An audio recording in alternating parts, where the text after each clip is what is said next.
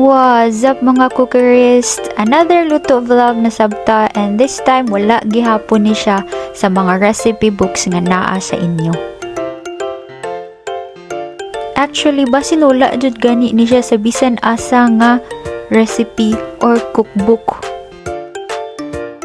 Ang atong pagkalutoon karon is cream stew supposedly, pero dili kay siya creamy kay nagtipid lagi ta sa kanang cream roux.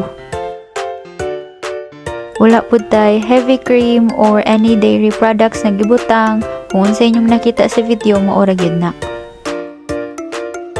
Ato ni siyang gisugdan sa paggisa sa sibuyas and then bawang, olhil kinanajuton tayo lamas, and then gigisa day nato ang frozen carrots. Then taod-taod ana atong gibutang ang ato ang chicken meatballs. Idang star ani nga recipe is kaning cream stew roux nga napalit na ko sa 7-Eleven.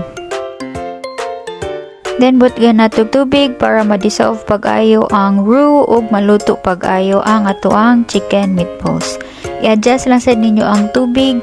Kung ganahan mo medyo sabaw-sabaw siya, pun-i pa niya. Kung ganahan mo medyo creamy, kaya nang gamay lang nga tubig. Kung kiabot nga ninyo gamay lang dyan nga flour para mo cream ang ihang texture. And then atong pampalasa is asin and black pepper. Then later part sa atong video makita ninyo nga mabutang taog shijimi or kanang Japanese spice powder.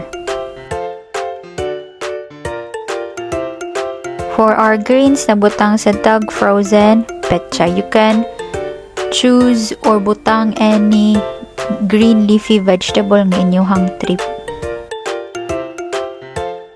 Once naluto na ang tanan, dali ra jud kini siya maluto kay mag-assemble na ta. Ang ato ang carbs ani is kaning soba. Ningon ba kog somen ganina? Kung yung kog somen, sorry, soba ang ato ang main carb karon. And then flex kadiyot.